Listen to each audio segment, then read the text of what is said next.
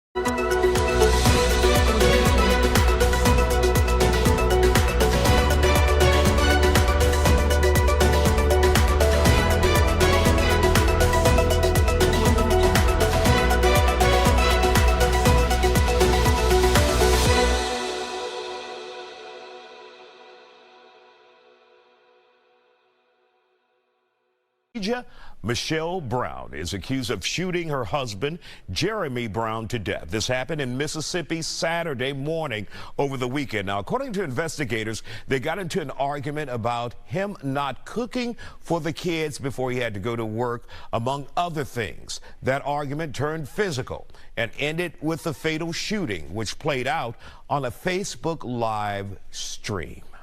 I ain't really trying to argue at all. I'm just trying to get my... No, you want to go tell your family about this, about that. You want to do this. I'm trying to leave from over here and pee, man. I ain't trying to argue at all. Man, y'all wonder why the kids.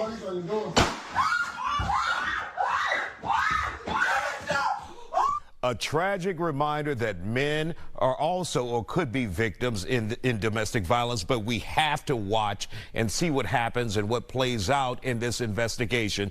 So we don't want to be quick to say he was a victim of domestic violence. We just don't know what happened. Now, Brown is in police custody tonight, that being the wife. Police say there was a history of domestic violence between Brown and the victim. They didn't say on which side, who was committing the domestic violence. Joining me now for the conversation tonight, we have with us trauma therapist Chow Nguyen and the director of violence prevention and training at the Houston Area Women's Center, Michelle Sachs. Got to have you all here on the Factor on Sense.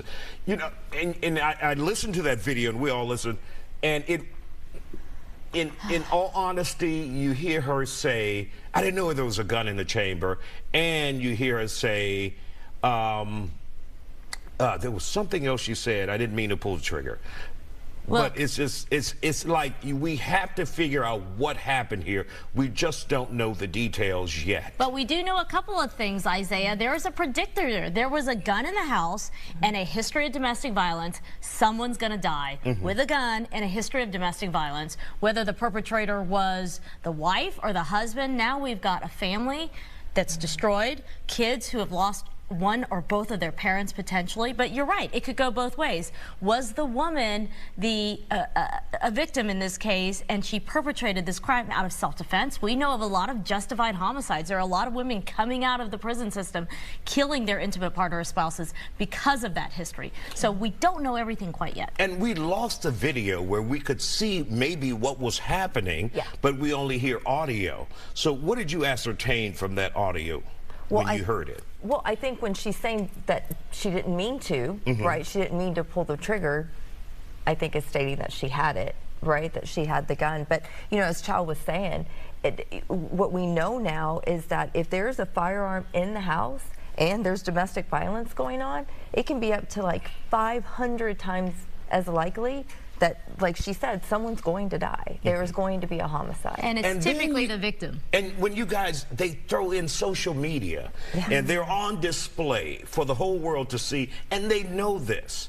So you get more attitude, you get more violence with people because they know people are watching. Yeah, they're putting the person front and center and saying, look at what's happening. The kids are here. The whole world's watching. The internet, my friends, my family members. Now you're more prone to seeing and witnessing the violence. So it's not just within the family unit that domestic violence is happening. Now people are exposed. People are terrorized watching this video. And how sad that these kids have lost their parents. We don't know, but we do know a lot about domestic violence. And I think few would dispute that domestic violence is typically crimes committed by men against women. What makes this unusual is the wife pulled the trigger.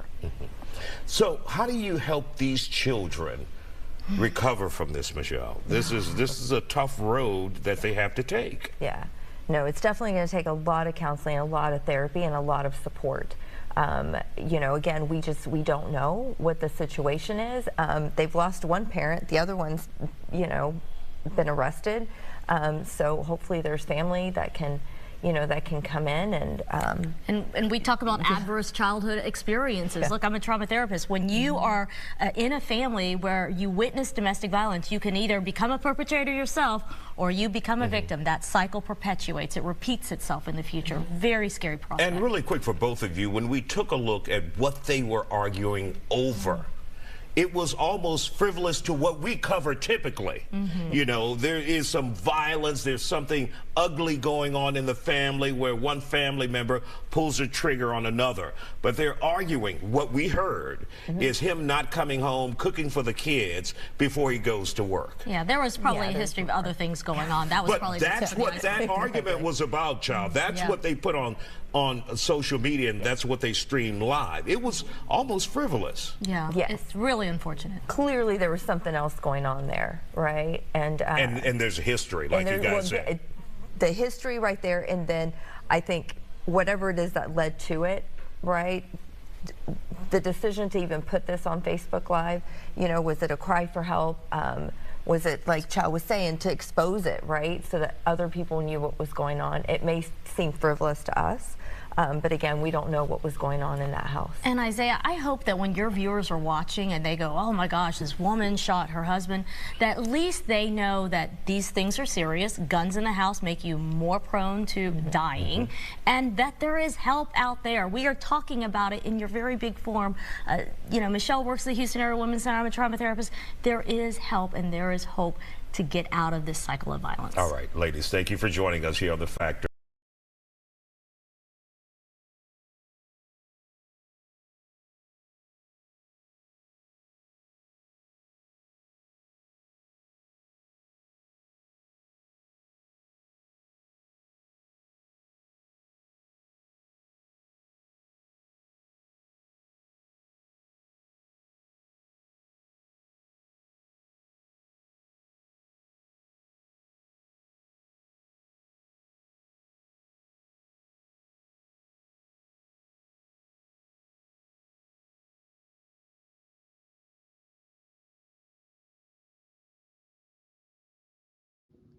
Thanks for watching.